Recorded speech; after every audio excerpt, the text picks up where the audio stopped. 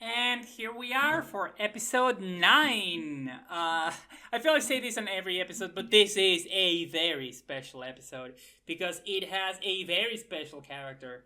Probably what the most special character. I have a celebrity cameo on this episode, but let's let the episode speak for itself.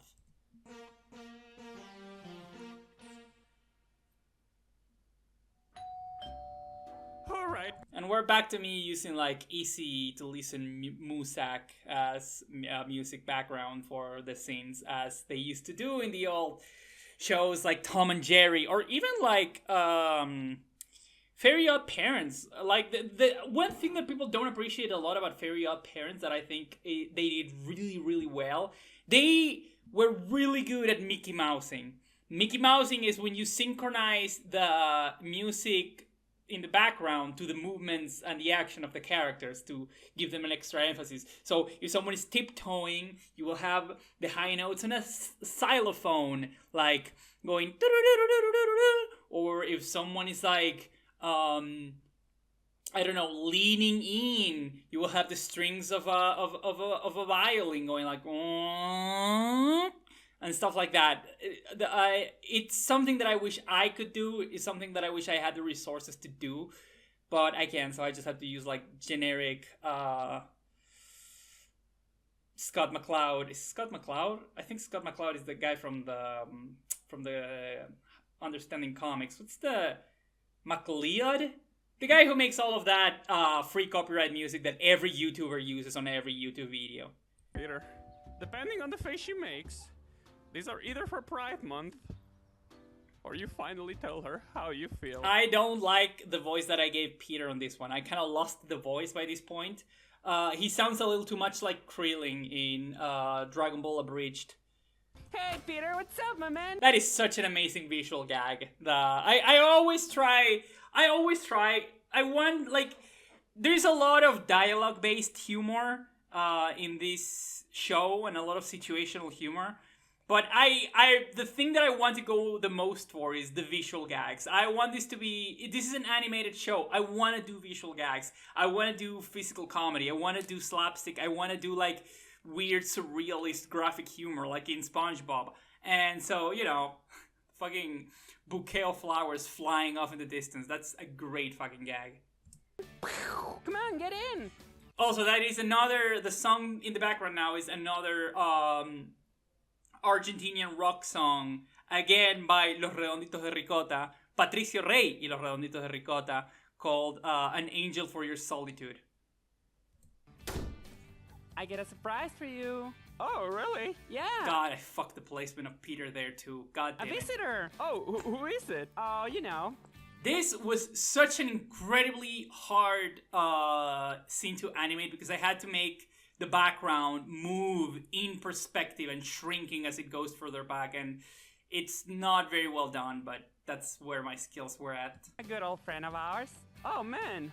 Oh, could it be? Oh, God, it's Vivian James? And there we go. That's our dear Vivian James. So this is the time for me to confess this. Back in 2014, I was spending way too much time on 4chan, and back then, when I, looked like a boy and thought I was a boy, I was part of the internet movement known as Gamergate. I'm not very proud of this. In fact, I'm not proud at all of this. In fact, I am kind of ashamed of it. But, I have a complicated history with that. And the thing is, I was there. Gandalf. I was there when Vivian was created. I was in the threads where she was created. I remember it all. I know how it happened. I saw her, like, I was one of the people who drew, like, the very first comics around her. And so, in many ways, this entire episode is a reflection. It's me reflecting on my time there, my time in Gamergate, and my time in 4chan in general. Which I should clarify, even to this day, I still go to 4chan. I still like that website. It's a horrible place filled with horrible people, but sometimes it's occasionally funny, and sometimes you see interesting takes. and you get some pretty good recommendations from there. But yeah, Fortune was one of my original internet communities, and I have a lot of fond memories of that place. That's kind of the place where I was able to start as an artist, and where I was able to build my first audience, where I could expose my first comics to people. Because the advantage of Fortune over other websites is that you will always get replies. You would always get feedback. It's gonna be some horrible feedback filled with slurs, but occasionally you will get some good actual feedback. And like, people are way more eager to respond to things there. So that's how I was able to build an audience originally. And in fact, like, Jennyffer as a whole is an exercise that I conceived for Fortune originally. Like, the impetus behind Jennyffer, the creative engine behind Jennyffer, was me asking myself, can I write a trans character that the people at Fortune can enjoy? And well, we'll see if I succeeded or not, but let's see what Vivian James does. Did you guess it? What is she doing here? Her parents were driving through the city and she decided to pay a visit. Remember how we used to play all the time in kindergarten? So all of this is an exercise, is a thing that I have to do, because obviously not everyone is gonna know who Vivian James is. In fact, a lot of people won't. So for those people, I have to establish this as a way to plausibly establish this character as a thing of this universe, so that you can appreciate her as a character without having to be aware of the meme. So it can work on multiple levels. It can work if you know who Vivian James is, and it can work even if you don't. This entire fucking section, it took me like a fucking week to edit together. Holy shit, Premiere made me sweat spinal fluid in order to make this. But I am very happy with the results.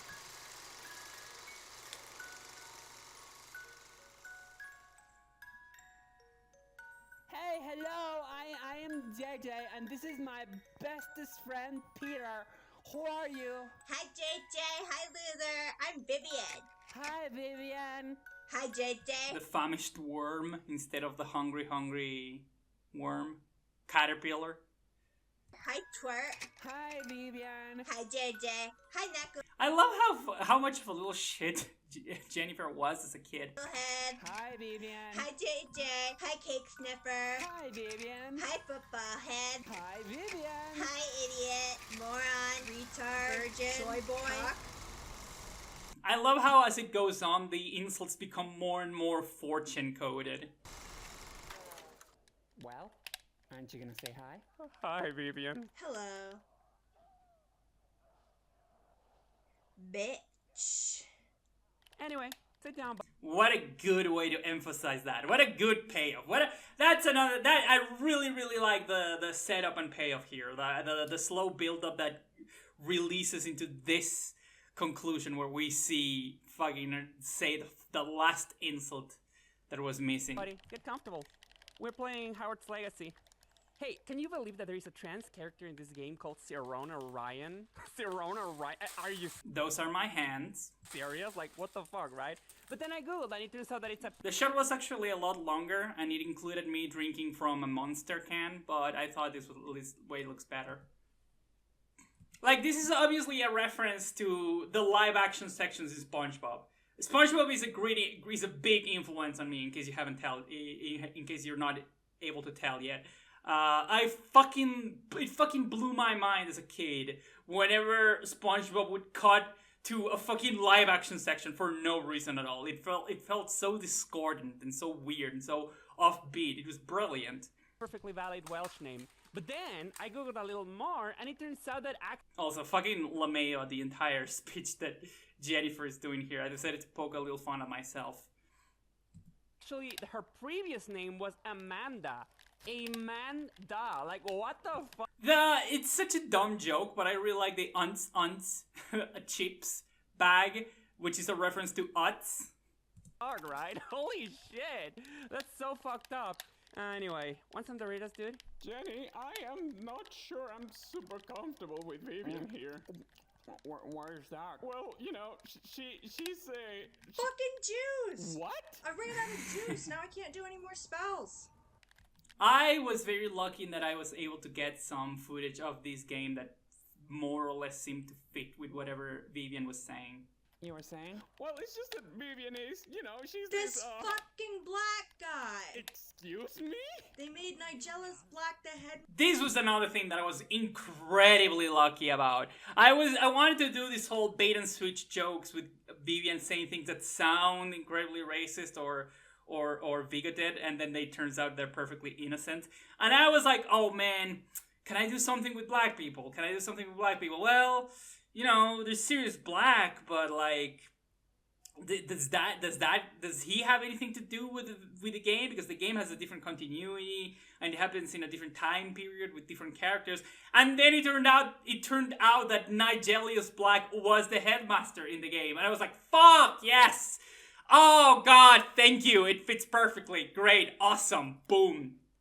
Master. Remember him from Order of the Phoenix? Oh, by the way, I forgot to mention, the voice actress of Vivian here is played by my first voice actress ever. Is played by the girl who played Ashley in the very first episode.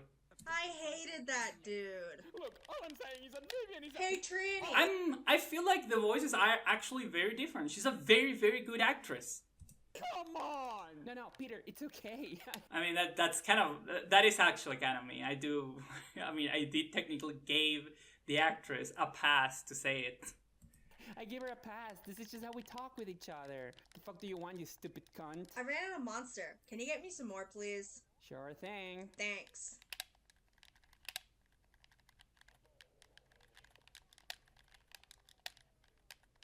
The fucking joystick feels like an ASMR experience. You know, what do you think of Jenny being A troon? God damn, that's like, if you, like, you know, we hear people saying tranny all the time. That's like the typical trans slur. If you hear someone calling a trans person a troon, that's like, oh fuck, this is some high grade transphobia. This is some incel shit. Like, only people who are like really fucking internet poison say. The origin of that slur is the idea that, you know, trans women look like a cartoonish depiction of a woman. Like, they look cartoonish, they look grotesque, they look ridiculous, and that's why they say troon. I don't really give a fuck. To be honest, I always thought you were gonna be the one to chop his dick off. A lot of people have said that to me. Why would you say that? You know, you Regarding Peter, not regarding myself. were always little onions. A little what? A little onions. Now, that is probably the most obscure fucking joke that I put in this entire fucking show. It's the stupidest thing ever. So, in 4chan, people have a tendency to call everything soy, as in soy juice, right? As in soy milk, as in the seed. Because, you know, a couple of years ago, there was this myth that soy contained, like, estrogen. Because it contains, like, I'm not sure, like, it's like phytoestrogen or some other weird plant chemical that is not actually the type of estrogen that humans drink. And so there was this idea that, oh, if you drink too much soy juice, it feminizes you. And so there was this term called soy boys for men who were like very effeminate and very queer and very faggy and very whatever.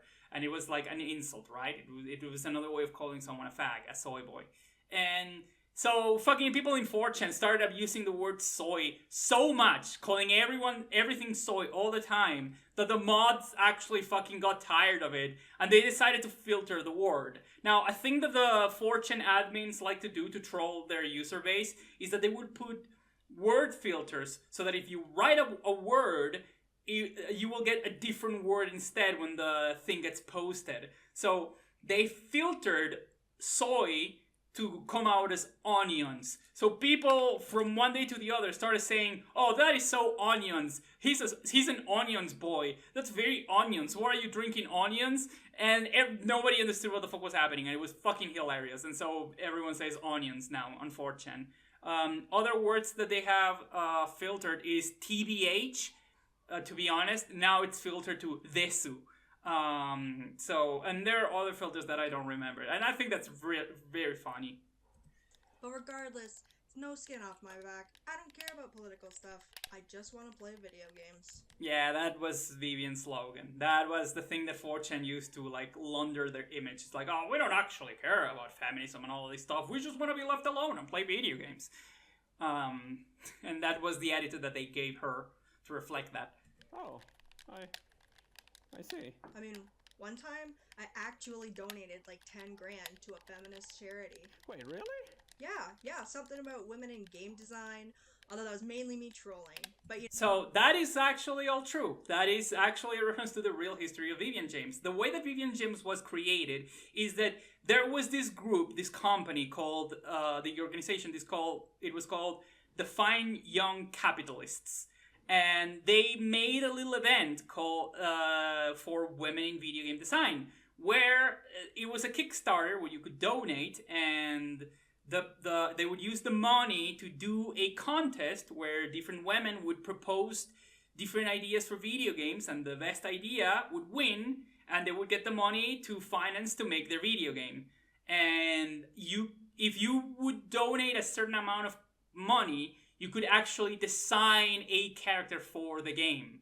So 4chan decided to get together and troll the feminists and epically own them by pooling the resources, and then they managed to donate around $10,000 to that organization.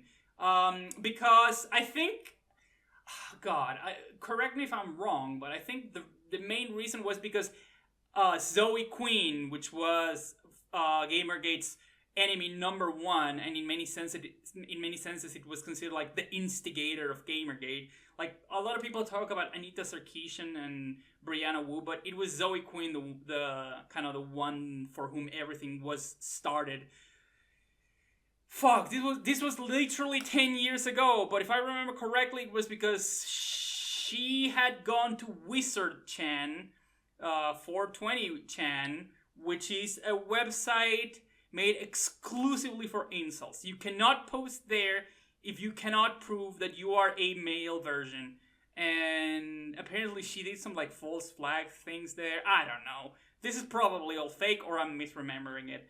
Anyway, the point is that Zoe Quinn was like enemy number one of Gamergate, and she criticized that game contest because apparently the rules had some technical language or some technicism wherein it was kind of transphobic, though I don't remember exactly. Maybe it was actually transphobic, I don't even know.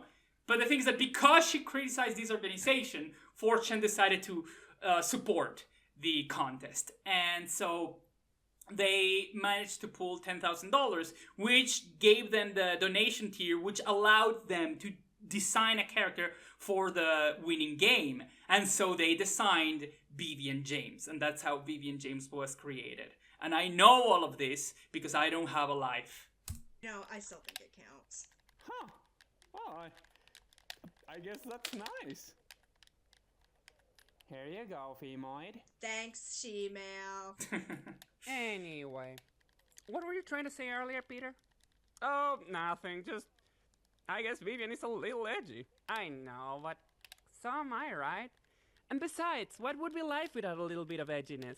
This is another moment. This is kind of similar to episode 7, where everything stops and the characters look at the camera and we start saying a giant PSA where we spell out everything that we think and believe, and it's like one of those South Park moments where it's like, well, why can't we just all chill? If we all just relax, we will realize that everything is fine and politics is kind of stupid, guys. And it seems like I'm doing that, but then I subvert it. Sometimes it's okay to push against the boundaries of what is politically correct in order to express oneself. I mean, when you think about it, we live in a society that is filled with so... I fucking did that "we live in a society" meme. What? Oh, this is just typical. This is what you get when you stuff your There game. we go. The background song here is the Big Mighty Pooh song from Conker's Bad Fur Day.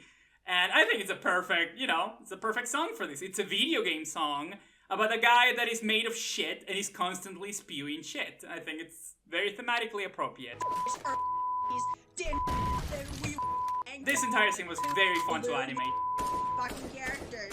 Because devs are nothing but a bunch of limp-wristed, blue-haired And yeah, like this is kind of like the point of this episode, right? Like this is the final lesson of this episode. I do believe what Jennifer was saying about, we shouldn't be too politically correct, and there is a place for edgy humor, and there is a place for flaunting the rules of what is appropriate in society.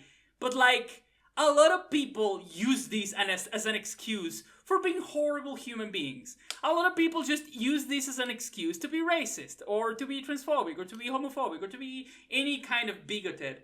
And like, I think it's time that we stop being so fucking naive and disingenuous about it. I think like people are using this idea of free speech and saying what you think and being honest and in bad faith just so that they can be horrible people. And obviously I'm not in favor of that. Like, this is kind of me just saying, hey, yeah, fun is fun, but this is my limit. To quote 2 lines a day, then go on Twitter to cry about being oppressed by their made-up pronouns. And also it shows that, again, I believe in this, but I'll, like,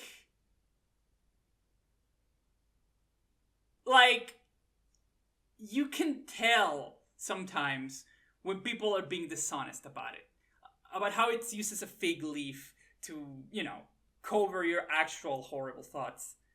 As a The idea in this scene was that, the mouse was supposed to be shown carrying the censor bleep audio clip into the timeline, but that was too hard for me to animate.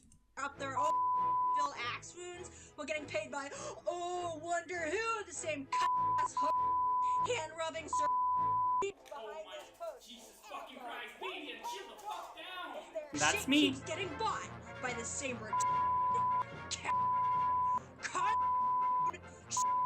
and bought in fucking normies.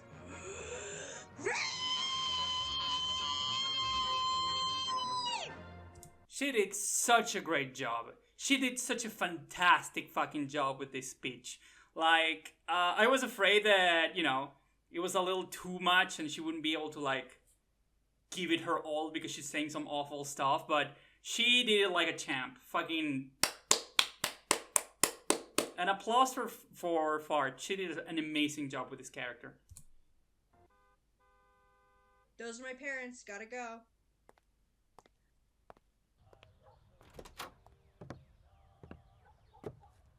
There you are, kiddo. Oh, and here comes the other most obscure reference. First of all, you can see a drawing of Moot's avatar, Mootkins, the founder of 4chan, also known as Christopher Poole. The guy had a cat girl as an avatar, and you can see that drawing on her backpack. But also, all of these are characters from 4chan, and these are characters from 4chan's lore. They had an entire fucking shared universe where every section of the website, the video game section and the cooking section and the comic and cartoon section and all of those sections would have their own little mascot. The bald guy here is the video game guy, the angry eyebrows guy. And the girl on the back of the car is MLP, Emily, the My Little Pony section. And so I drew a lot of comics back then with these characters, and that's how I became popular in 4chan originally. Put your ass in the back. We're gonna be late for the next E3. They're showing the new Marvel vs. Capcom. By the way, the voice actor is Sir the Artist, another artist who became very popular making comics for 4chan.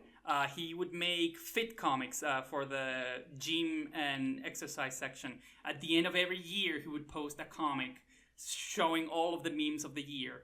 And I managed, and this guy is my biggest inspiration. This guy is my personal hero. This guy is like my favorite artist online of all time. And I feel so lucky and so privileged that I managed to get the guy to act in this episode. And honestly, it was almost kind of an excuse for me to talk to the guy and tell him how much I admire him.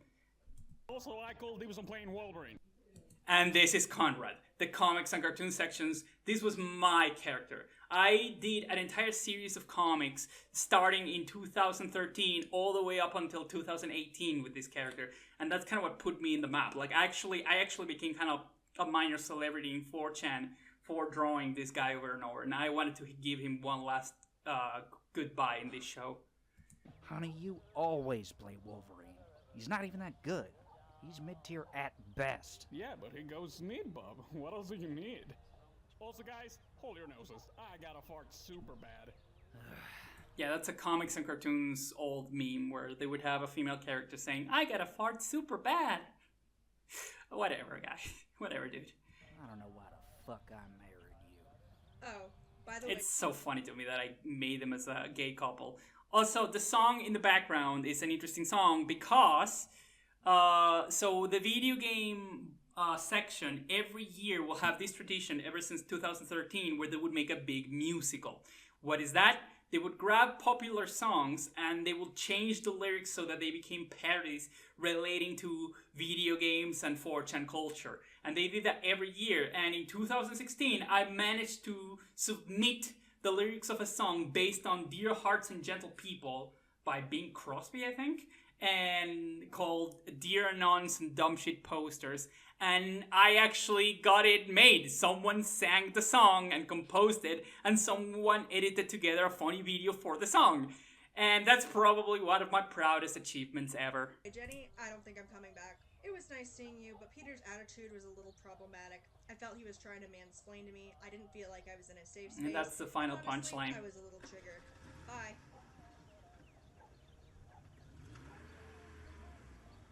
I hope their car crashes.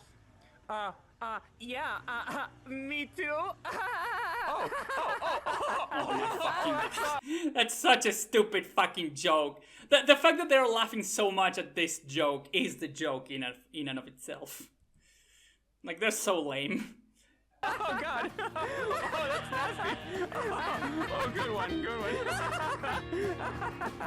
I fucked up this shot because yes, I wanted to have like a big sunset, but you were supposed to see the 4chan logo in the sky as the sun setting, and I forgot to add that. God damn. Also, I traced all of these houses.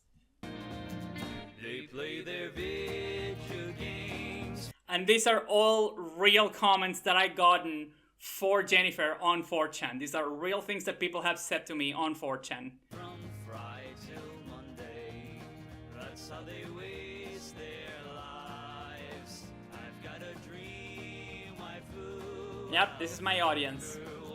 I'm kind of proud of these people, of these comments, honestly, a little. Like, I'm glad I got to get some positivity from these people. Even if it's coded in, you know, incel energy. I love those dear anons and dumb shit posters who fight and fap down in 4chan. And that was episode 9. All that's left is the 4 parts of episode 10. See you then, people. Goodbye.